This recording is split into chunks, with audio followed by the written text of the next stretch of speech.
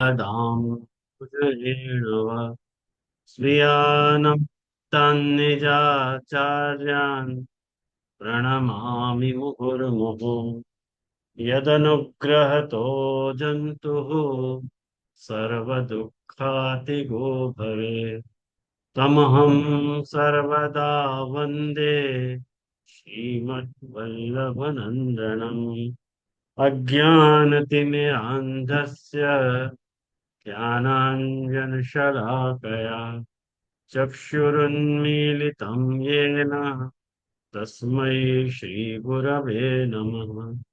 नमामि हृदये शेषे लीलाक्षीराब्धिशायिनम् लक्ष्मीसहस्रलीलाभिः सेव्यमानं कलानिधिम् चतुर्भिश्च चतुर्भिश्च चतुर्भिश्चतुर्भिस्तथा षड्भिर्विराजते योऽसौ पञ्चधा हृदये मम।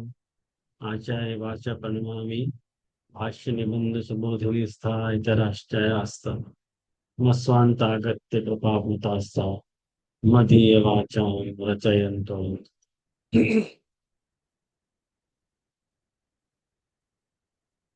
उपस्थित सभी वैष्णवों को हार्दिक स्वागत है।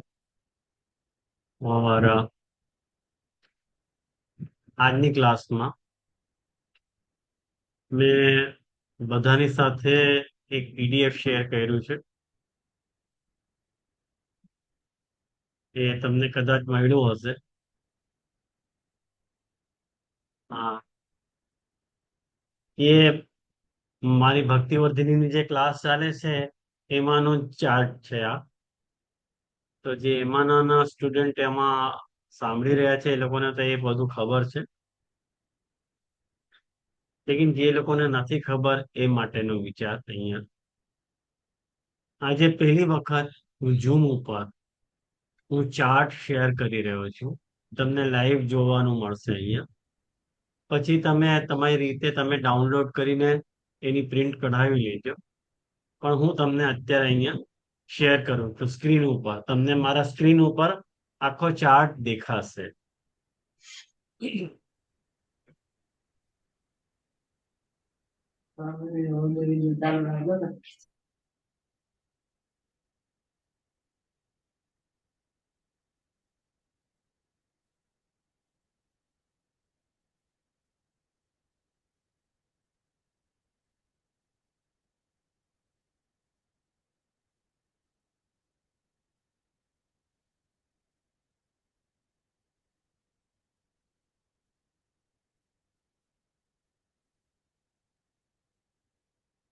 तो उनको सब चार्ट दिख रहे हो? हाँ जी। हाँ हाँ, कोई को तो जवाब आया. अब देखो ये चार्ट आप देखो यहाँ में भक्ति वर्धिनी में कुल 5 प्रकार के जीव बताए गए. 5 प्रकार के जीव. अब यहाँ में जो भी मैं पूछ रहा हूँ आपको बता रहा हूँ, आप मैं आपको यहाँ में जो भी कुछ पूछना है मुझको पूछ लीजिए. हाँ, अटका के भी पूछ सको, ऐसा मत समझिए कि पूछ नहीं सके करके. हाँ, तो 5 प्रकार के जो जीव यहाँ में बताए गए हैं. दिख रहा है चार्ट बराबर है? कुछ यहाँ वहां हो रहा है? ના स्क्रीन ऊपर નથી दिख रहा હલ. હા દેખાય છે, નથી હલતો. ક્લિયર જ હશે. है? हाँ भले, ક્લિયર હે. क्लियर है. हाँ भले, ठीक है. तो देखो 2 प्रकार के जीव यहाँ पे बताए गए हैं. माने भक्ति मार्ग के जीव वैसे 5 प्रकार के हैं, लेकिन 5 प्रकार के जीवन को 2 ભાગમાં વિભાજિત કર્યો ગયો. 2 ભાગમાં વિભાજિત કરવામાં આવ્યું છે કે એક દ્રઢ બીજ ભાવ અને એક અદ્રઢ બીજ ભાવ. દ્રઢ બીજ ભાવ એટલે કે જેનો બીજ ભાવ દ્રઢ છે. અચ્છા, બીજ ભાવ કોને કહેવાય? પેલા આ વાતની ચર્ચા કરી લઈએ કે બીજ ભાવ કોને કહેવાય. કોઈ બતાવશે? બીજ ભાવ એટલે શું, દીપુબેન?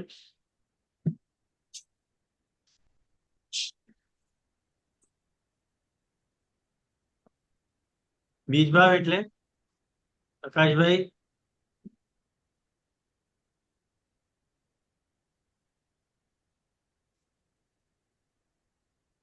કોઈ નહીં. રેખાબેન.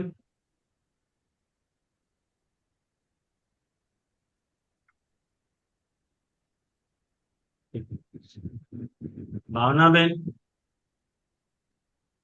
હા જે છે દંડવત પ્રણામ. હા. જે છે બીજ બીજ ભાવ ભાવ એટલે શું? બીજ ભાવ એટલે આપણે પહેલા આપણે પરિવારમાં ઠાકોરજીની સેવા થતી હોય અને આપણે નાનાથી જો તો બીજ રોપણ થયું હોય અને પછી આપણે પ્રભુનું બ્રહ્મ સંબંધ લઈને સેવા નથી બહુ આવડતું. જે દંડવત પ્રણામ. બીજ દ્રઢ ભાવ એટલે હું એવું સમજુ છું કે જે જન્માંતરથી જે હોય અંદરથી જ હોય એ દ્રઢ બીજ ભાવ. બીજ ભાવ એ કે અંદરથી જ હોય, પહેલેથી જન્માંતરથી હોય જ અંદર. બહુ ડિટેલમાં અચ્છા. નથી સમજાવી શકતી. ઓકે. મેઘાબેન.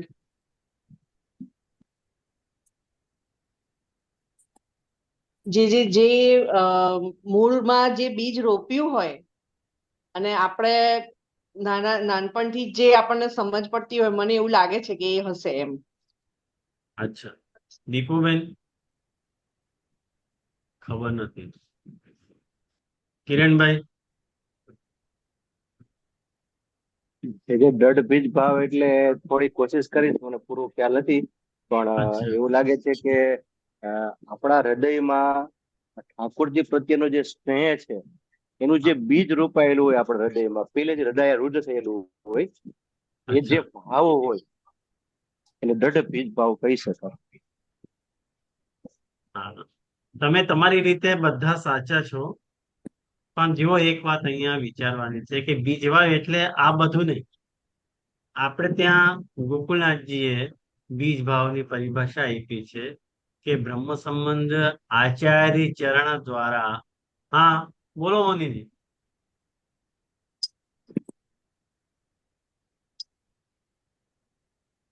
आपने अनम्यूट नहीं किया है. जैसे बीज भाव आचार्य चरण को अनुग्रह होना चाहिए सबसे पहले, और द्वितीय तो स्वमार्गीय प्रकार सु भगवत निवेदन, और या के बाद ठाकुर जो अपने अंगीकार करे वाको ही बीज भाव कह रहे हैं। जय जय। बहुत बढ़िया.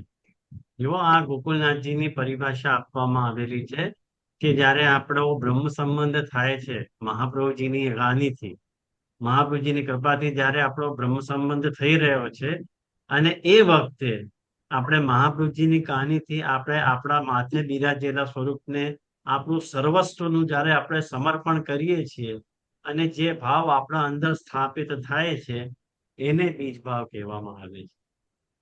એ જે બીજ ભાવ છે કે હું મહાપ્રભુજીનો સેવક છું અને ભગવત સેવા કરવા માટે ઈચ્છુક છું અને હું મારું બધું સમર્પિત કરવા માંગુ છું. આ જે ભાવ છે ને આને બીજ ભાવ કહેવાય. જેનામાં આ ભાવ જ નથી, બીજ ભાવ, એને બ્રહ્મસમાં લેવાની કોઈ આવશ્યકતા જ નથી. ખ્યાલમાં આવી? એટલા માટે આ બધી ઇન્ક્વાયરી કરવામાં આવે છે બ્રહ્મસમાં લેતાની પહેલા કે તમે ભગવત સેવા કરવાના ઈચ્છુક છો કે અનિચ્છુક છો. એ બધી ઇન્ક્વાયરી એટલા માટે કરવામાં આવે છે કારણ કે તમારામાં બીજ ભાવ છે કે નહીં, તમે મહાપ્રભુજીને ઓળખો છો કે નહીં, તમે મહાપ્રભુજીને પહેચાણો છો, તમે કૃષ્ણને ઓળખો છો, માર્ગને ઓળખો છો. આ બધી જે ઓળખ તમારામાં હોય તો તમારા માટે બ્રહ્મ સંબંધ કામનું છે, અન્યથા તમારા માટે બ્રહ્મ સંબંધ કામનું નથી. આ જે બીજ ભાવ છે એ હોઈ શકે કે જ્યારે તમારી साधना अवस्था है, तुम्हारी जब साधन अवस्था है तब वो दृढ़ नहीं होएगा, अदृढ़ होएगा. और जब तुम्हारी फलावस्था होगी तो वही बीज भाव जो है दृढ़ हो जाएगा. तो પ્રારંભમાં તો સ્વાભાવિક રીતે બધાના બીજ ભાવ અદૃઢ જ હોય.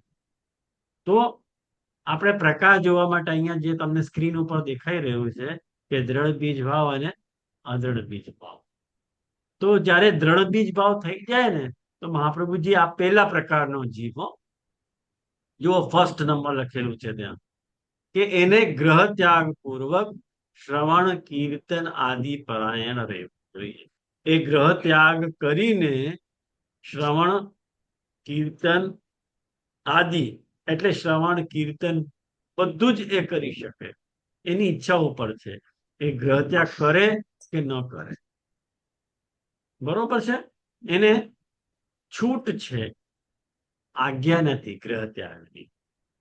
અને બીજો વ્યક્તિ છે અદૃઢ બીજ ભાવ વાળો, જેને બીજ ભાવ દ્રઢ થયો નથી, જે વર્ણાશ્રમ ધર્માનુરૂપ ગ્રહ સ્થિતિ પૂર્વક ભગવદ ભજન પરાયણ છે. અદૃઢ બીજ ભાવ એટલે શું? કે જે પોતાના વર્ણ અને આશ્રમ અનુસાર, હા બોલો મુનિજી.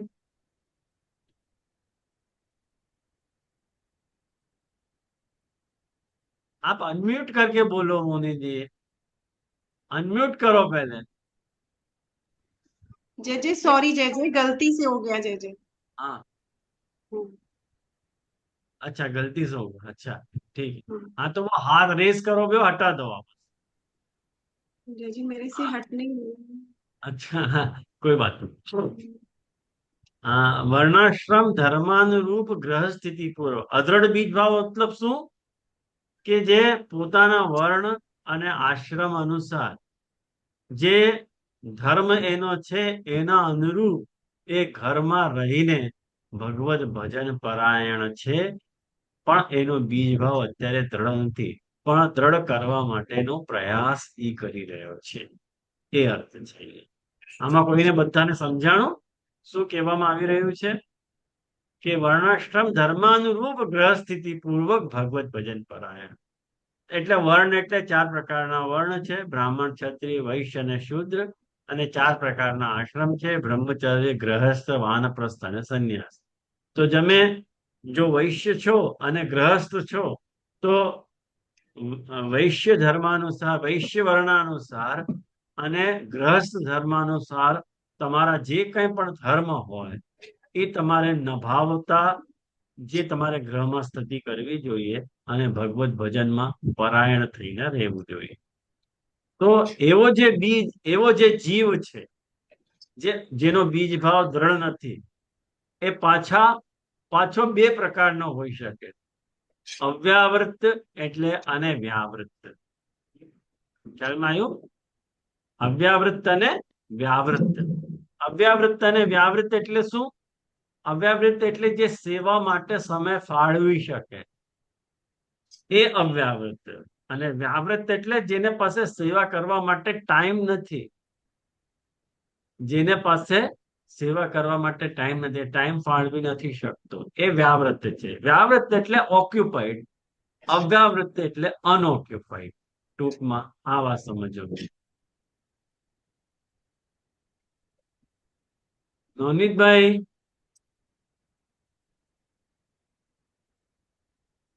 लेट के नहीं सुनना है, या तो आप वीडियो ऑफ करके आप डिस्कनेक्ट हो जाओ, लेकिन लेट के नहीं सुननी है क्लास। ओके। अगर आपकी तबीयत ठीक नहीं है तो आप डिस्कनेक्ट हो जाओ। ना ना ठीक है। हाँ तो फिर ठीक। हाँ તો બે પ્રકારની પરિસ્થિતિ હોઈ શકે જે અદૃઢ બીજ ભાવ છે એની, કે એ અવ્યાવૃત્ત હોઈ શકે અને વ્યાવૃત્ત હોઈ શકે. અવ્યાવૃત્ત એટલે સેવા માટે જેની પાસે સમય છે અને જેની પાસે સમય નથી. તો જે અવ્યાવૃત્ત છે, જેની પાસે સેવા માટે સમય છે, એને શું કરવું જોઈએ? આ બીજા નંબરનો જીવ આવી રહ્યો છે, જુઓ 2 નંબર લખી રહ્યું છે ત્યાં, કે એક પૂજા એટલે પૂજા નહીં, હા પૂજા આપણે ત્યાં પૂજાનો અર્થ અહીંયા સેવા લેવા. એને પૂજા શ્રવણાદિ પરાયણ એટલે એને સેવા પણ કરવું જોઈએ અવસર કાલમાં, અને અનવસર કાલમાં શ્રવણ આદિ કરવા જોઈએ. એટલે સેવા, કથા, સત્સંગ વગેરે એ બધું. અને જે વ્યાવૃત્ત છે, જેની પાસે સેવા કરવા માટે સમય નથી, સમય ફાળવી નથી શકતો, એ જીવને એ કેવલ શ્રવણાદિ પરાયણ એટલે એને શ્રવણ વગેરે કરવું જોઈએ. બરોબર છે? એને શ્રવણ કરવું. હવે જ્યારે એ શ્રવણ કરે છે, એ પાછા 2 પ્રકારના જીવ હોઈ શકે. એટલે શ્રવણની પ્રક્રિયાથી જેને વ્યસન ભાવની પ્રાપ્તિ થઈ છે એટલે એ જાત વ્યસન, અને શ્રવણની પ્રક્રિયાથી જેને વ્યસનની પ્રાપ્તિ થઈ નથી એ અજાત વ્યસન. જો ભક્તિવર્ધિનીની સ્ટેજ શું છે? 3 પ્રકારની સ્ટેજ છે ભક્તિવર્ધિનીમાં. ભક્તિની સ્ટેજીસ બતાવવામાં આવી છે કે પ્રેમ, આસક્તિ અને વ્યસન. સૌથી પહેલા પ્રેમ થાય, પછી આસક્તિ થાય અને પછી વ્યસન. તો જ્યારે પ્રેમ થાય છે ત્યારે તમારી અવસ્થા સાધના અવસ્થા છે. જ્યારે આસક્તિ થાય છે તમારી અવસ્થામાં બઢોતરી આવી, અને જ્યારે તમને વસન થાય છે તમને ભક્તિની ફલદશા પ્રાપ્ત થઈ.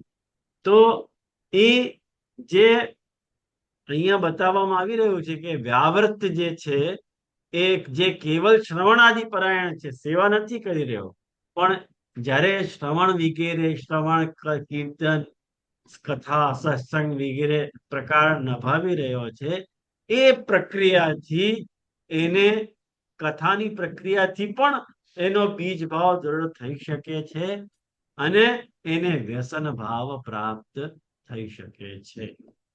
અને જ્યારે વ્યસન ભાવ પ્રાપ્ત થઈ જાય છે ત્યારે એને ગ્રહ ત્યાગ કરવાની છૂટ છે.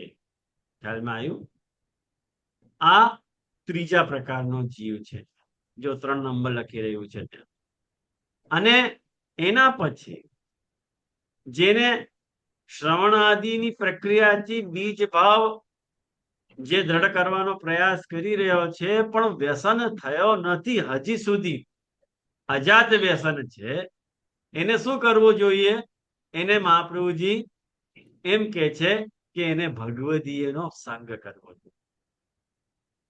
એટલે આપણે ત્યાં બહુ ફેમસ કથા છે માધવદાસની, જે ગદાધર દાસની વાર્તામાં આવે છે કે માધવદાસ વૈષ્ણવ હતા પણ અજાત વ્યસન હતો, એમને અજાત વ્યસન હતા એટલે એમને વ્યસન સિદ્ધ થયો નહોતો, પણ ગદાધર દાસનો સંગ કરતા હતા, તો ભગવદીય સંગી.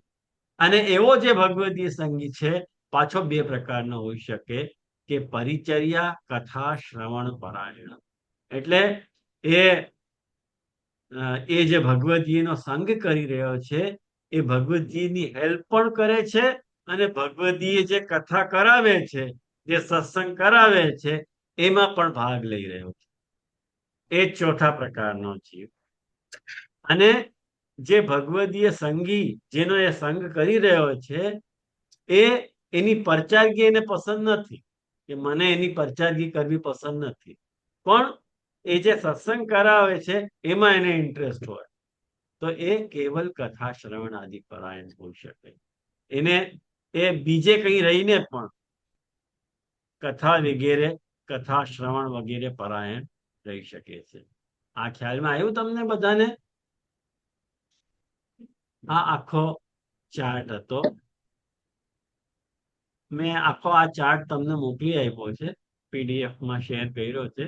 એ તમે શાંતિથી ઝેરોક્ષ કઢાવીને એના ઉપર વિચાર કરજો, અને જે કઈ પ્રશ્ન હોય મને કરજો. આ બધું એ જે પ્રકાર મેં સમજાવ્યું તમને સમજમાં આવ્યું? હા દેખું. હા, એમાં કઈ પ્રશ્ન છે? નહીં. તો આપણે ટીકામાં આગળ વધીએ. પેજ નંબર 499 ઉપર, જે તમારી પાસે પુષ્ટિ વિધાન છે એમાં તમે જુઓ પેજ નંબર 499, 499. भक्तिवर्धिनी ग्रंथ में पुष्टि भक्ति के बीज भाव सुसंपन्न जीव के प्रथम तो 2 ही प्रकार बताए. मैंने अभी आपको ये समझाया, दृढ़ बीज भाव वाले और अदृढ़ बीज भाव वाले. तामे अदृढ़ बीज भाव वाले जीवन के हूँ पाछे 2 ही प्रकार बताए, वो भी मैंने आपको बताया. कौन से? जिनमें प्रथम अव्यावृत और द्वितीय व्यावृत. ये सब प्रकार अपन अभी देखे हो. तहा जा जीव के भीतर पुष्टि भक्ति को बीज भाव कहे थे, श्री कृष्ण में निष्काम अचंचला भक्ति सर्वातिशायिनी सिद्ध हो गई हो, तिनको तो भगवत स्वरूपानुसंधान और भगवत लीला अनुसंधान हृदय में निरंतर बन्यो रहे थे। जाको बीज भाव दृढ़ है, जाको बीज भाव दृढ़ है, वाकु ठाकुर जी में भी आसक्ति होगी और ठाकुर जी की कथा में भी आसक्ति होगी। वहां में तो कोई प्रश्न है ही नहीं। ख्याल में आयो? वहां में तो कोई प्रश्न है ही नहीं। तिनको तो भगवत स्वरूपानुसंधान, वह जीव को भगवत स्वरूप को अनुसंधान और भगवत लीला को भी जो अनुसंधान है वो तो हृदय में निरंतर बन्यो रहे। यानी ग्रह धन परिजन आदि की कछु अपेक्षा भक्ति में रहत नहीं। यानी वाको ये जरूरी नहीं है कि वो घर में रहवे के बाहर रहवे, कहीं की बाकी आसक्ति प्रभु सु व्यसन भाव ठाकुर जी से प्राप्त हो गए। जैसे अपने 84 वैष्णव 252 वैष्णव की जो वार्ताएं आवे, उन वार्ता में जो भी वैष्णव हैं, जो भी वैष्णव उठाओ आप, कोई भी वैष्णव की वार्ता उठाओ, उन लोगों को तुरंत ही आवे कि कछुक दिनन में ठाकुर जी सानुभावता जतावन लाए। आवे के नहीं ऐसा कि ठाकुर जी सानुभावता जतावन लाए? ठाकुर जी सानुभावना जनावन लागे मतलब क्या कि उनको बीज भाव दृढ़ हो गयो, और जब बीज भाव दृढ़ हो गयो तो ठाकुर जी की सेवा कर रहे हैं वो, तो उनको भगवत स्वरूप को भी अनुसंधान है और भगवत लीला को भी अनुसंधान है। तो उनको तो कोई प्रॉब्लम नहीं है। और वो घर त्याग करे कि नहीं करे उनकी मर्जी की बात है। ख्याल में है ना? जैसे कुंभन दास जी जैसे। જે દંડવત પ્રણામ। हाँ જે बोलो। આ ચિરાગ છે એ પ્રશ્ન એનો એવો છે કે દ્રઢ બીજ ભાવ અને વરણમાં બેમાં ફરક શું? દ્રઢ ભાવ બીજ વરણ કે પછી બેમાં ફરક એમ? ચિરાગ चिराग क्या चाहिए? આ રહ્યો। ओह, जी दंडवत।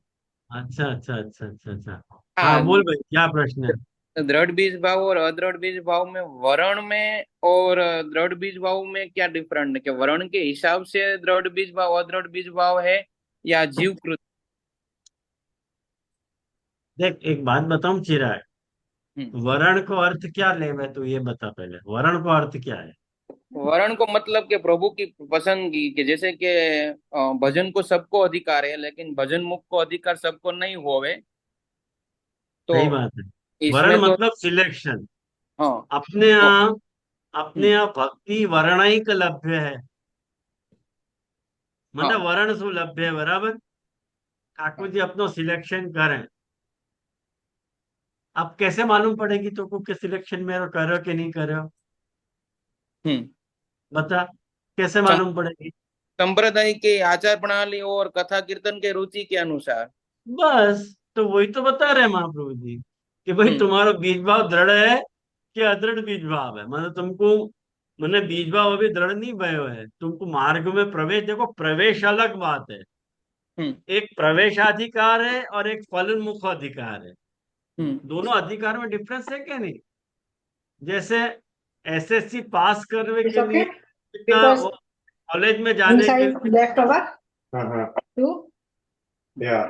So I think little rice and जैसे कॉलेज में जाने के लिए एसएससी पास होना जरूरी है, वो प्रवेश योग्यता है। लेकिन जब तुम कॉलेज पास कर लोगे तो वो फलमुख योग्यता आएगी। ऐसे ही हम्म। मार्ग में प्रवेश तो खाली साधारण जिज्ञासा के आधार पे कि जो कृष्ण सेवा में प्रवृत्त होना चाह रहे हो और महाप्रभु जी को जान रहे हो और खुद को उद्धार करना चाह रहे हो, इतनी तीन क्वालिटी तो मिनिमम चाहिए कि नहीं चाहिए सही। जी। जीव में? तो हाँ। खुद अपना उद्धार करना चाह रहे हो, महाप्रभु जी से आपको एसोसिएशन है और कृष्ण से एसोसिएशन है, ये तीन तो बात कंपलसरी है। जहां में ये तीन बात मिसिंग है तो आपको ब्रह्म समाज मेरे हिसाब से देना ही नहीं चाहिए। तो वहां पे जाकू ये तीन बात खबर है, वाको वरण भयो है, समझ लो। अपन रिवर्स गेम खेलेंगे, जी। कहें कि अपने को वरण भयो है कि नहीं पता नहीं चलेगी, कहें कि जो चर्षणी होएगो वो चर्षणी तो एंट्री करते ही ऐसा चमत्कार दिखाएगा कि वो टॉप क्लास को भगवे दिए। घुस जाएगा मार्ग में तो टॉप क्लास को भगवती अपने आप को दिखाएगा कि मेरे जैसा चैंपियन तो कोई है ही नहीं। लेकिन वाकई झांसा में आने की जरूरत नहीं है। कि जैसे बहुत सुंदर एक कहावत है कि भाव भगत भादो नदी आवत ही गहरा है। भाव भगत भादो नदी आवत ही गहरा है, गहराई तब जानिए जब जेठ मास ठहरा है। गहराई कब पता चले? जब जेठ मास में जब सूख जाए तब वो भी भरो रहे ना, तो बाकी गहराई पता चलेगी। तो ऐसे अपने को देख लेना चाहिए कि भाई वाको वरण भयो है कि बाकी क्रिया सु अपन पता चल सके। ऐसे तो देते वंचक को लक्षण देखवे जावे तो भी मार्ग में दृढ़ता दिखावे, सिद्धांत की दृढ़ता दिखावे, सेवा की दृढ़ता दिखावे, तो हम भी इसमें आ जाते हैं कि इसको वर्ण हुआ है लेकिन वो वंचक होता है। बहिर्मुखत्व निरूपण में हरिराय जी आज्ञा करे। पास हमें एक एक जेन्युइन अपनी सेवा करने की डिफिकल्टी हो सके और एक आडंबर हो सके, वाके लिए इतना स्कोप तो अपने को देना ही पड़ेगा ना चिराग। हाँ अपन को एक हृदय की बात तो जान ही सके कि अपने साथ चीट कर रहे हैं कि चीट नहीं कर रहे हैं। जी जी। जैसे एज ए गुरु तया मेरे पास यदि कोई ब्रह्म संबंधी लेके आवे तो मैं 2-3 वक्त तो आपको रिजेक्ट ही करूँ कि भाई क्या फायदा है ब्रह्म संबंध लेके, करोगे क्या, बेकार फंस जाओगे, मत करो, जो कर रहे हो बराबर है। फिर भी यदि भगवत सेवा की उत्सुकता दिखला रहे तो आपको दे, खाली आपको शर्त पूछ लो कि भाई समर्पण पूर्वक रहना पड़ेगा। जो तू लेवे वो प्रभु को भोग झट के ली तो बस इतनी तू प्रॉमिस कर दे। और वाह प्रॉमिस से यदि बिदक रहे हो तो मैं तो आपको समझो के वर्ण नहीं है इतने में। बाकी मेरे पार्ट में जो है बात, जो बात मेरे हाथ में है वह को मैं एग्जीक्यूट कर रहा हूँ, वह को मैं पालन करूँ।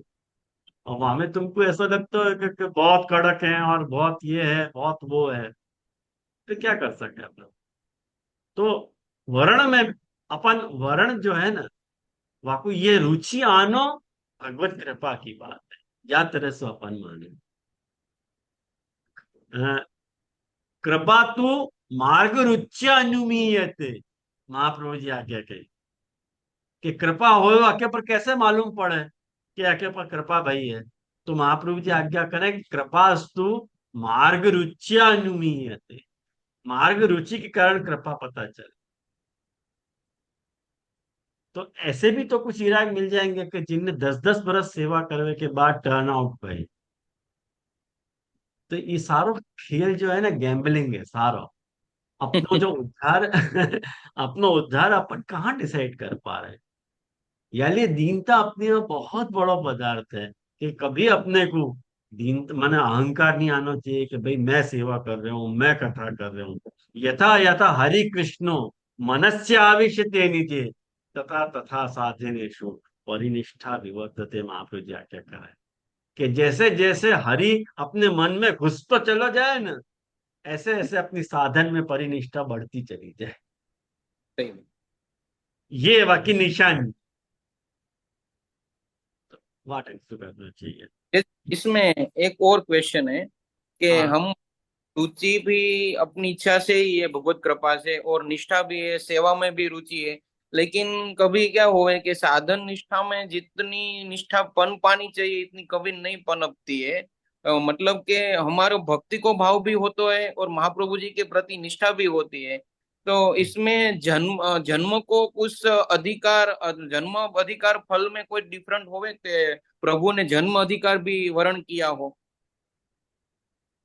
जैसे कि हम वार्ता जी में देखते हैं कि 3 जन्म का अंतराय है, तो अंतराय है तो तब तक तो उसको फल प्राप्ति नहीं होगी सेवा में या सहानुभूति में प्रभु के। तो हमें हमारे आधुनिक पुष्टि जीव में भी ये लागू पड़े कि अंतराय भी हो सके जन्म में। बिल्कुल हो सकता है। वो सेवाफल ग्रंथ को विषय है। सेवाफल ग्रंथ में महाप्रभु जी ने यही बात को डिस्कशन किया कि सेवा में फल भी 3 है और सेवा में प्रतिबंध भी 3 है। तो वो विस्तार का विषय चिराग यहाँ पे वो ओवरलैप हो जाएगा विषय, या लिए आपको नहीं ले रहा हूँ मैं। लेकिन ओके। अपने भी काउंट होएगा, संक्षेप में मैं इतना कह सकता, अपने में भी काउंट होएगा 100%। अपने को भी अंतराय हो सकता है। वो अंतराय, वही मैं तो શું कह रहा હતો कि अंतराय जेन्युइन भी हो सकते हैं। जैसे ऑल ऑफ अ सडन कोई की डेथ हो गई, या ऑल ऑफ अ सडन तुम्हारा एक्सीडेंट हो गया, ऑल ऑफ अ सडन तुम्हारी मानसिक हालत खराब हो गई, तो ये ऑल ऑफ अ सडन भयो है, अचानक भयो है। तो वाकू अपन वर्कआउट तो करना ही पड़ेगा ना, वाकू तो सोचना ही पड़ेगा ना। मान लो भगवत सेवा को इच्छुक है, लेकिन देह काम नहीं कर रही है, तो करना क्या? तो भगवत कृत तो प्रतिबंध है उनको। भगवत कृत प्रतिबद्ध है, लेकिन अपन को इतनी केयर लेनी चाहिए कि अपने साइड से अपन कोई प्रतिबंध क्रिएट ना करे। बस इतनी ध्यान रखनी चाहिए, भगवत कृत प्रतिबंध है तो कोई वकू रोक नहीं सकता। तो तब तो जाको रखे तो साइया मार सके ना को। पड़े ना तभी तो। ओके, तो अपन जय आगे जय। बढ़े। हाँ, जय जय। वो जो श्लोक अभी आप बोल रहे थे ना, यथा यथा परिनिष्ठते, वो एक बार रिपीट करिए ना, वो लिखिए। साधन प्रकरण को है गूगल, अच्छा अच्छा। साधन साधन प्रकरण। प्रकरण। हाँ, सर्व निर्णय को साधन प्रकरण। जी जी जी। श्लोक नंबर कौन सा जगह? यथा यथा हरि कृष्ण मनस्य आवेशे। हम्म, शायद है ना, 32वां श्लोक है, ठीक है जी। साधन प्रकरण को 32वां श्लोक। जी जी।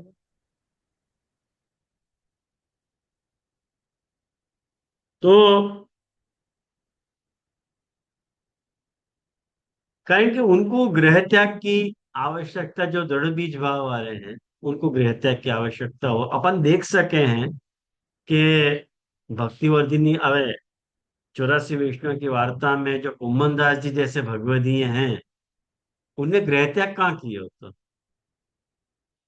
उन्हें गृह त्याग नहीं किए हो तो। और कुम्मन दास जी को श्रीनाथ जी सानुभावता नहीं जताते थे, जताते थे, अनुभव कराते थे, फिर भी उन्हें गृह त्याग क्या किया? और एक बात कमाल की है, उनके 7 बेटा होते, वो हमें उसको 1.5 बेटा मानते थे, बाकी 5.5 घर पे ही तो होते, फिर भी उन्हें गृह त्याग क्या किया? तो ये अपने ऊपर है कि अपन कब गृह त्याग कर भी रहे हैं या नहीं कर रहे हैं। कोई जरूरी नहीं गृह त्याग करनी। अपन ने पिछली क्लास में यह बात को डिटेल में डिस्कस करी कि अपने यहाँ गृह त्याग मुख्य पक्ष नहीं है। गृहम सर्वात्मना त्याज्यम तच्चे त्यक्तुम न शक्यते कृष्णार्थे तत् नियुंजीता। तो वो जो बात कह रहे हैं वहां पे, कृष्णार्थम तत् प्रयुंजीता, वो जो बात वहां पे समझाई जा रही है, वो यही एंगल से समझाई जा रही है कि अपने यहाँ गृह त्याग मुख्य नहीं है। ग्रह तो यदि सेवा कर रहे हो, कृष्ण के लिए घर को वापर रहे हो, तो बेस्ट है। और घर के लिए कृष्ण को वापर रहे हो, तो यासु ज्यादा खराब बात तो कोई हो ही नहीं सके। जब तुम घर के लिए, अपना घर चलाने के लिए कृष्ण को वापर रहे हो, यासु खराब बात कोई और नहीं है। बाकी 100% ग्रह तो खराब है ही है, कहें कि तुमको बंधन में डाल रहे हो, लेकिन ये तुम्हारे में बूता होना चाहिए।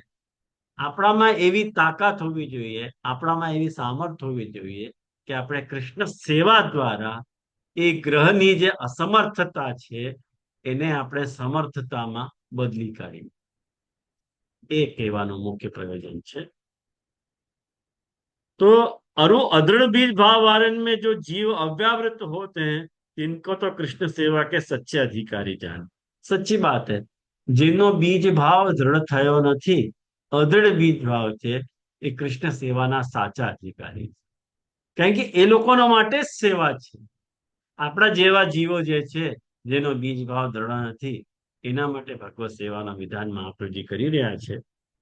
તો શું કહે છે, શા માટે એ લોકો સાચા અધિકારી છે? तो जो बीज दाढ़ प्रकारस्तु ग्रहे स्थित्वा स्वधर्मतः अव्यावृत्तो भजेत कृष्णम पूजया श्रवणादि भी। मतलब बीज को, बीज ने दृढ़ करवानो प्रकार तो केवो छे કે ગ્રહે સ્થિત્વા સ્વધર્મતા, આ પોતાનો સ્વધર્મ એટલે નભાવતા તમારે તમારે ગ્રહમાં સ્થિતિ કરવી જોઈએ અને અવ્યાવ્રત થઈને કૃષ્ણનું ભજન કરવું જોઈએ. અવ્યાવ્રતનો અર્થ મેં તમને સમજાવી દીધો કે અવ્યાવ્રતનો અર્થ શું, કે જે સેવા માટે સમય કાઢી શકે એ અવ્યાવ્રત.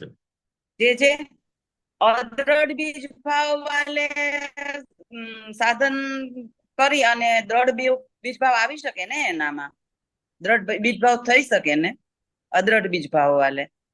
आके चार्ट में सेवा रेखा भाई यही तो परायणता देखो रहीने से अपन ने, ये जो चार्ट आपको अभी हाँ समझाया मैंने, हमें यही बात तो बताई थी कि जो अदृढ़ बीज भाव वालों એ है. મારે આ ચિરાગ આવી ગયો, એ ચિરાગ આવ્યો ને તે મારે થોડું મિસ થઈ ગયું હતું, જે આવ્યો તો અહીંયા ઘરે એટલે. ओहो हाँ तो आप वीडियो में देख लीजिए ना बाद में, तो हमें हाँ हाँ चार्ट में हाँ देख लीजिए, हमें बताया, मैंने समझाया. हाँ कभी भी कुछ भी हो सके. अदृढ़ बीज भाव वाले भी जो है, अदृढ़ बीज भाव वालों सेवा परायण भी हो सके और कथा परायण भी हो सके. सेवा परायण है और कथा परायण है, कथा परायण रह के भी वो को आसक्ति व्यसन हो सके, ये बात वहां समझाई. तो ऐसा नहीं है कि खाली सेवा वाले को ही व्यसन होगा. महाप्रभु जी कह रहे हैं जो कथा परायण है वह को भी व्यसन हो सके. એ તો તમારા ઉપર છે કે તમે કથા કેટલી સચ્ચાઈથી કરી રહ્યા છો, કે કથા કરવાનો નાટક કરી રહ્યા છો, એ તો તમારા ઉપર છે. અને મારા હિસાબથી કમ્પેરિઝનથી સેવા કરવી ડેમ ઇઝી કોર્સ છે કથા કરતા, डैम इजी कोर्स है.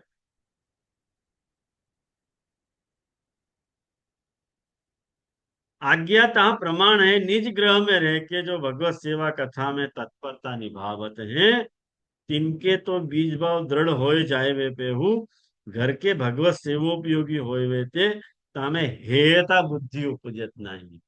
ભગવત ગ્રહને તમે હે નથી સમજતા. હે એટલે ત્યાગ કરવા યોગ્ય નથી સમજતા. શા માટે? કે ઈ જ ઘર તમને ભગવત સેવા માટે ઉપયોગી બની પડે છે, ઉપયોગી થાય છે. એટલે ઈ ઘર હે નથી. જ્યારે પ્રભુ બિરાજે છે તમારા ઘરમાં તો તમારું ઘર હે કેવી રીતે થઈ ગયું? મને મને એક તમને એક બહુ એક ઉદાહરણ તમને આપું. અત્યારની 12-15 દિવસ પહેલાની જ કથા છે. હું જગ્યાનું નામ નહીં લઉં અને બાળકનું નામ પણ નહીં લઉં, પણ એ બાળક પાસે કોઈ વૈષ્ણવ ઠાકોરજીની સેવાની આજ્ઞા લેવા જાય તો ગુસ્સે થઈ જાય છે કે તમે ભગવત સેવા કરવાની આજ્ઞા શા માટે લેવા આવ્યા છો? અહીંયા સેવા કરો ને. અને અહીંયા સુધી આજ્ઞા કરે છે કે અમારા ગોસ્વામી બાળકોના પનાલા અને જે કઈ બાથરૂમ વગેરે છે એ તમે ધોશો ને તો તમને ભક્તિ સિદ્ધ થઈ જશે. આવા વચનામત છે. હવે તમે વિચાર કરો, પનાલા ધોવાથી ભક્તિ થશે કે ઘરમાં સેવા કરવાથી ભક્તિ થશે? આપણે શું ભણાવી રહ્યા છીએ વૈષ્ણવોને? ગુસ્સે થઈ જાય છે કે સેવા માટેની આજ્ઞા લેવા મારી પાસે નહીં આવવાનો. સેવા અહીંયા કરવાની છે તમારે, અમારી સેવા કરવાની છે, તમારે સેવા નથી કરવાની. મહાપ્રભુજી એ કીધું છે કે અમારે ત્યાં સેવા કરો. અને અમારા ત્યાંનું જે બધી જે સફાઈ કરવાનું છે કામ છે, સબ हमारे पनाला बाथरूम ये सब साफ करो, तुमको भक्ति आ जाएगी. આ પ્રકારનો જે એટીટ્યુડ છે આ મહાપ્રભુજી કહી રહ્યા છે અહીંયા. તમે પોતે જ વાંચો શું મહાપ્રભુજી આજ્ઞા કરે છે અહીંયા. તો તમારું ઘર હે કેવી રીતે થઈ શકે? જ્યાં તમારા ત્રિલોકીના નાથ તમારા સેવી સ્વરૂપ તમારા માથે બિરાજતા હોય, એ ઘર તમારા માટે હે કેવી રીતે થઈ શકે? કોઈ કાલમાં નહીં, પોસિબલ નથી. એટલે અહીંયા કહેવામાં આવી રહ્યું છે કે તાતે ગ્રહ ત્યાગ હું આવશ્યક નહીં. એટલે ગ્રહ ત્યાગ આવશ્યક નહીં है. तैसे ही भगवत व्यसन के रसोन्माद में अनजाने ग्रह त्याग हो जातो हो तो कछु बाधक नहीं। मैंने तमने एवो रसोन्माद થઈ ગયો, आपको ऐसी रस की अवस्था आ गई कि आपको ग्रह त्याग आपको ग्रह त्याग बिना चैन नहीं पड़ रहा है, और ग्रह त्याग आप कर दे रहे हो, बाधक भी नहीं है, कर सको। ये आपके ऊपर है કે તમે ગ્રહ ત્યાગ કરીને પોતાની જાતને કેવી રીતે સાચવી રહ્યા છો, પોતાની જાતને કેવી રીતે મેન્ટેન કરી રહ્યા છો, એ તમારે જોવાનું છે। તમારો લુકઆઉટ છે, મહાપ્રભુજીનો કે સંપ્રદાયનો કે ઠાકોરજીનો લુકઆઉટ નથી। કારણ કે અનવતાર કાળ છે, એમાં બધી સાવધાની આપણે જ રાખવાની છે। કારણ કે ડ્રાઇવિંગ સીટ પર આપણે જ બેઠેલા છીએ, એટલે બહુ સમજી વિચારીને આપણે ગ્રહ ત્યાગ કરવો જોઈએ।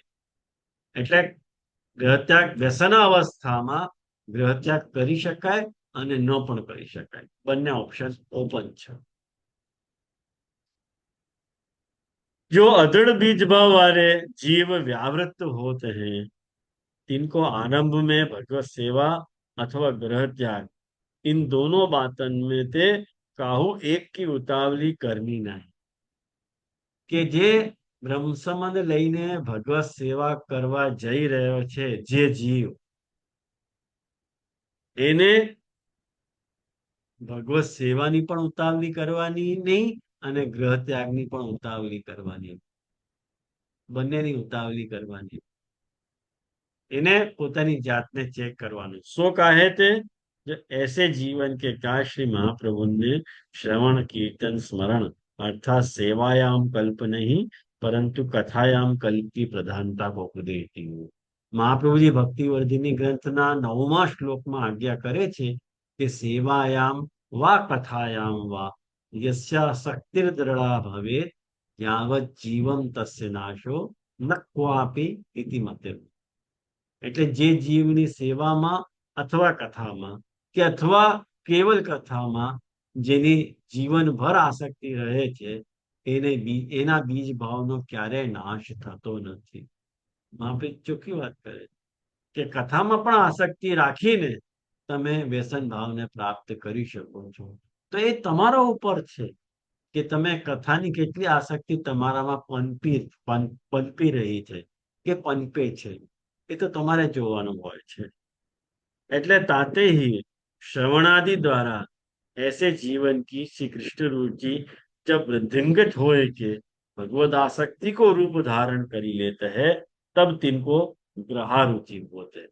જ્યારે તમારી પોતાની મેળે જ્યારે તમારી ભગવદાસક્તિ તમારી ભક્તિ વૃદ્ધિંગત થઈને ભગવદાસક્તિ સુધી પહોંચે છે, ત્યારે તમને પોતે જ ગ્રહમાં આસક્તિ ખતમ થઈ જાય। જ્યારે તમે કાંઈ પણ કરી શકો છો। ग्रहारुचि सिद्ध होने पे गृहस्थ को गृहस्थित सगरी वस्तु तथा पुत्र कलत्र आदि सगे संबंधिन के विषय अपनी भगवत भक्ति में ये सब कछु बाधक है तासो मेरे कौन काम के ऐसो भास होते हैं।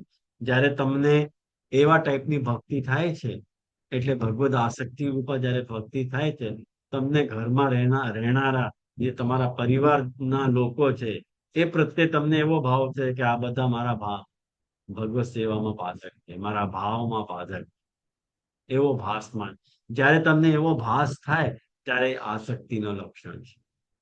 ખ્યાલમાં આવ્યું તમને? એમાં કઈ પૂછવું છે? એમાં તમને આમાં આ વાતને સમજવા માટે તમને ભક્તિવર્ધિની ગ્રંથ એક વખત બહુ ધ્યાનથી જોવાની જરૂર છે। એ વખત ભક્તિવર્ધિની ના જે ગુજરાતી અનુવાદ છે ને એ બધા જોઈ લેજો તો તમને સરખી રીતે સમજાઈ જશે। ऐसो भाव हृदय में उठवे के बाद हूँ जो जीव घर को त्याग करत नहीं ताके भीतर ग्रह शक्ति पुनः प्रबल हो सकत है, तासो ऐसे जीवन को श्री महाप्रभु गृह त्याग करके भगवदीय के संग करवे की आज्ञा देते।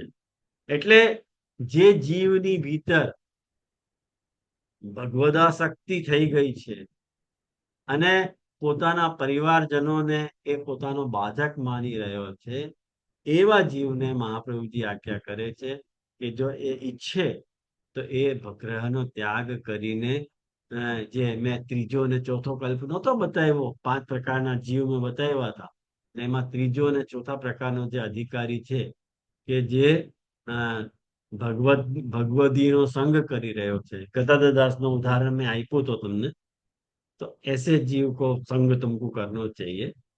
तो 2 प्रकार के ऑप्शन है, एक तुम वह भगवदीय को संग करो, या अलग रह करके वो जो सत्संग कर रहे हो है वह में पार्ट लो।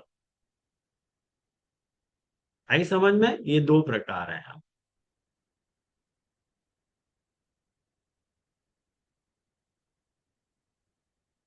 तो वहां शंका होते है कि जो भक्ति को अर्थ या मार्ग में महात्म्य ज्ञान पूर्वक सुदृढ़ सर्वतोधिक स्नेह ही मान्यो है, तो ये दो या जीव में सिद्ध भय तो कृतकृत्यता भय जानिए, तासो ग्रह रुचि अथवा ग्रह त्याग को कहा प्रसंग।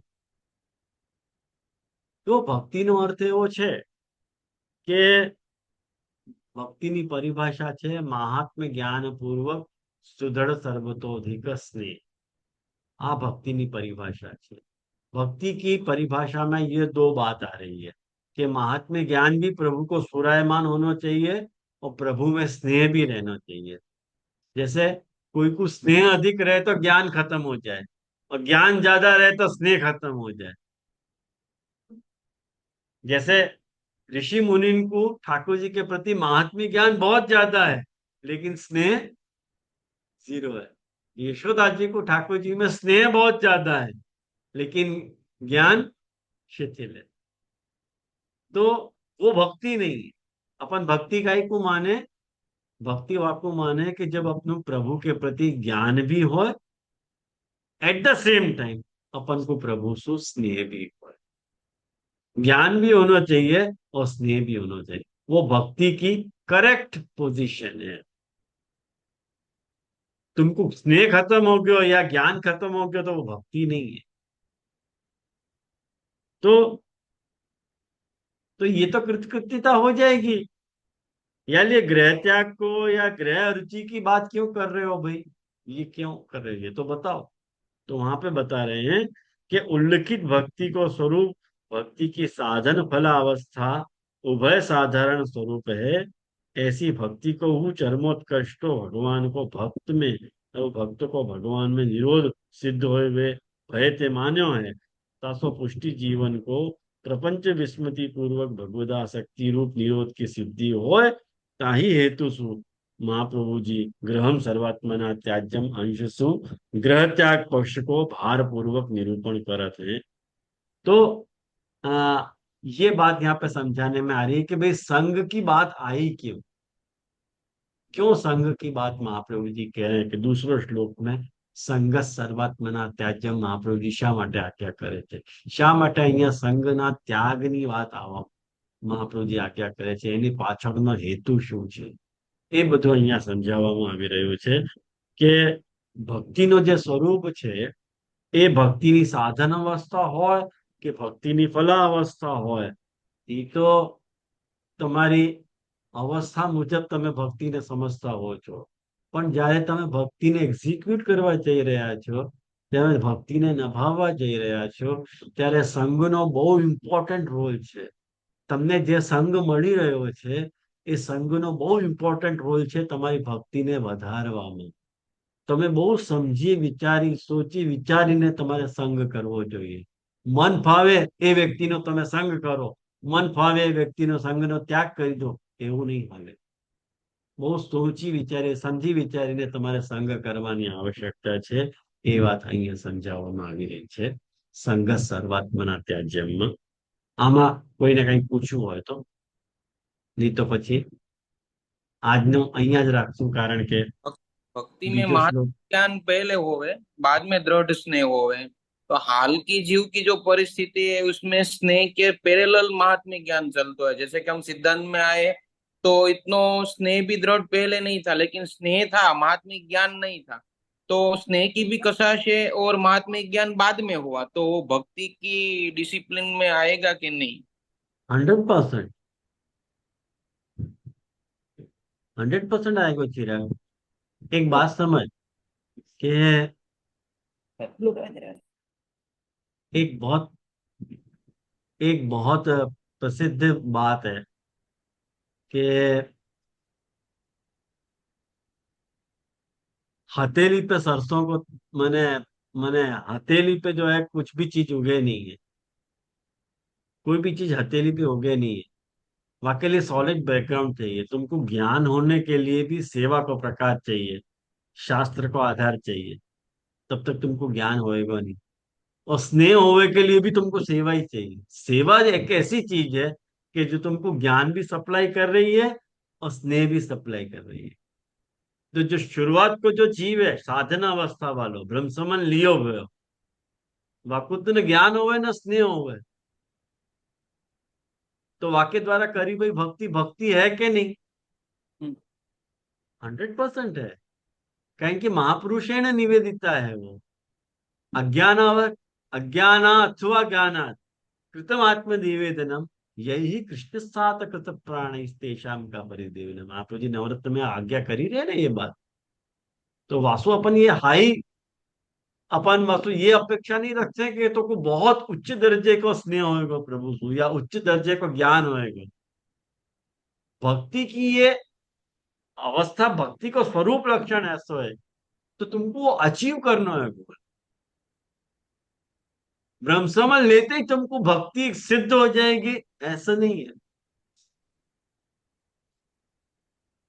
तुमको सिद्ध करनी हो, यह साध्योपाय है, सिद्धोपाय नहीं है। जैसे ये मोबाइल है, ये मोबाइल में सिम कार्ड डालते ही और या को चार्ज करते ही ये मोबाइल काम करने लग जाएगा। ये कि सिद्धोपाय है। ऐसे ही मोबाइल रूपा जो जीव है, वाकु ब्रह्मसमन रूपी चार्जिंग सु, महाप्रभु जी कृपा रूपी चार्ज सु चार्ज कर दे ना, तो भी जी एक ऑपरेट नहीं हो पाएगा। कहें कि अपन अपने में सिद्धोपाय नहीं है, साध्योपाय है।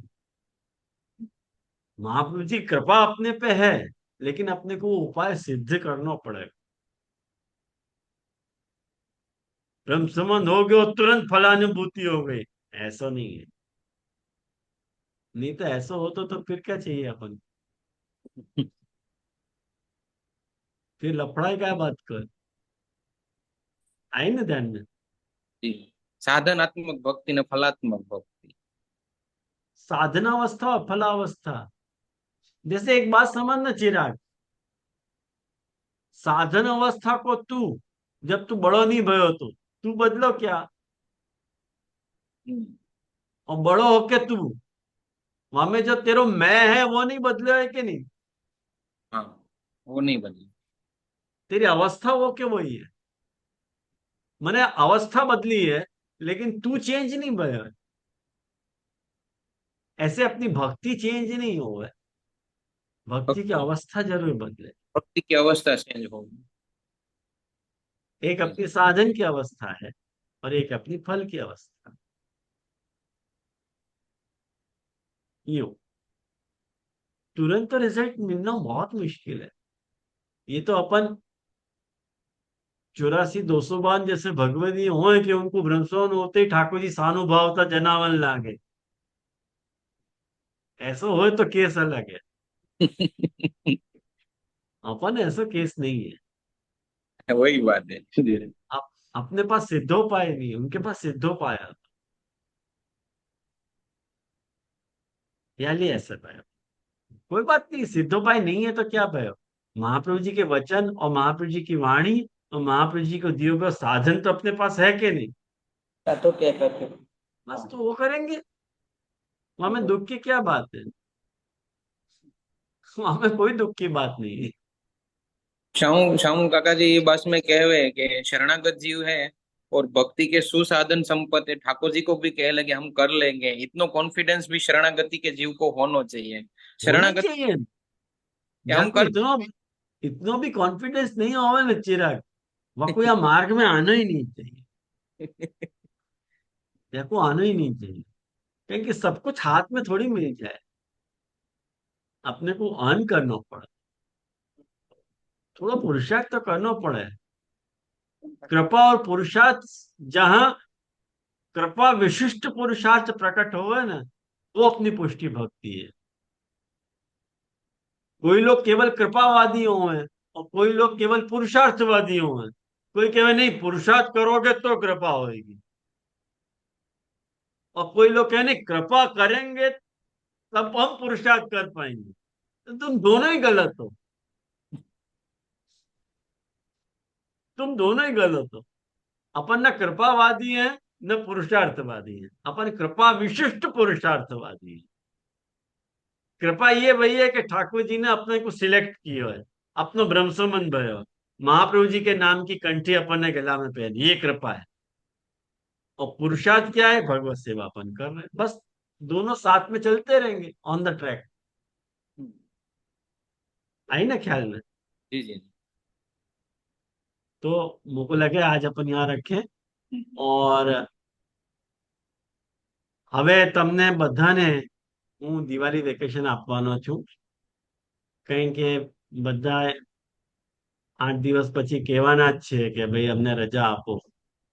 તો હવે દિવાળી પછી ક્લાસ થશે આપણી, પણ 1-1.5 મહિનાનો ગેપ તો આવશે વચમાં, 4-5 ક્લાસ જશે. પણ ત્યાં સુધી જે છે બધાને આ જે આપણે જે કંઈ પણ આપણે શીખ્યું છે, જે કંઈ પણ આપણે ભણ્યા છીએ, એનું આવર્તન તમારે કરવાનું છે. કારણ કે આ પંચશ્લોકીની પણ પરીક્ષા હું લેવાનો છું. અત્યારથી તમને કહી દઉં, પંચશ્લોકીની પણ પરીક્ષા આવશે અને 100 માર્કનો પેપર આવશે, એ યાદ રાખી લેજો. અને બધા જેટલા સાંભળી રહ્યા છે બધાને પરીક્ષા આપવાની છે. જેવી રીતે સર્વોત્તમની આપણે 4 પાર્ટમાં લીધી હતી પરીક્ષા, એવી રીતે પંચશ્લોકીની પણ આપણે પરીક્ષા 4 પાર્ટમાં નહીં, એક જ પાર્ટમાં લેવાની છે. પણ 100 માર્કની પરીક્ષા ચોક્કસ આવશે. એટલે બહુ ધ્યાનથી વાંચજો, અને જે કંઈ પણ ન સમજાય એ ચોક્કસ પૂછી લેજો. પૂછવામાં સંકોચ નહીં કરતા, કારણ કે मैं भोरी डूबन डरी रही किनारे बैठ, तो पूछने में संकोच नहीं करना. जैसे आज चिराग ने इतना पूछो तो कितनी चर्चा भाई, कितने आगे अपन बात कर पाए. ऐसे पूछ लो, ख्याल में आया ना? तो यहाँ रखें, अपन आश्रय को पद करें.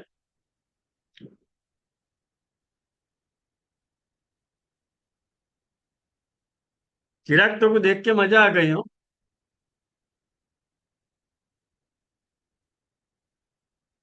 दीदी आपकी कृपा से आज अवसर मिल गया है। क्या बात है, मैंने कहा आज ये कैसे आया हो यहाँ. કે જે અમને સારું લાગ્યું, અમારા પ્રિન્સિપલ શિક્ષક બે દેખાડા અમને.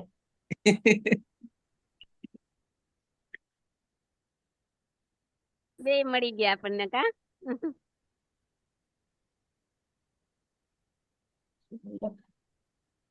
ચીત સ્વામીનો બહુ સરસ પદ છે, ભાઈ અબ गिरधर स्व पहचान. ચીત સ્વામી આમાં કહી રહ્યા છે કે મને ગિરધરની પહેચાન અત્યારે હવે થઈ ગઈ. કપટ રૂપ ધરી છલવે આવ્યો, પુરુષોત્તમ નહીં જાન. હું ગુસાઈજીને કપટ રૂપ ધારણ કરીને હું એમને છેતરવા માટે આવ્યો હતો. એમને પુરુષોત્તમ નહોતા જાણ્યા, પણ ગુસાઈજીએ કેવી કૃપા કરી કે છોટો બળો કછું નહીં જાન, છાય રહ્યો અજ્ઞાન. મારામાં એટલે અજ્ઞાન હતો, પણ ગુસાઈજી એ વાતનો વિચાર્યો નહીં. ચિત સ્વામી દેખત અપનાયો, શ્રી વિઠ્ઠલ કૃપા નિધાન. ભાઈ અબ ગિરધર સ્વ પહેચાન. તો આપણે ભૈરવીમાં આ પદ લેશું. गिरधर सो पहचान, भई अब गिरधर सो पहचान. गिरधर सो पहचान, भई अब गिरधर सो पहचान. कपट रूप धर छलि में आयो, पुरुषोत्तम नहीं जान, वही अब गिरधर सो पहचान। छोटो बड़ो कछु नहीं जानो, छाय रहो अज्ञान।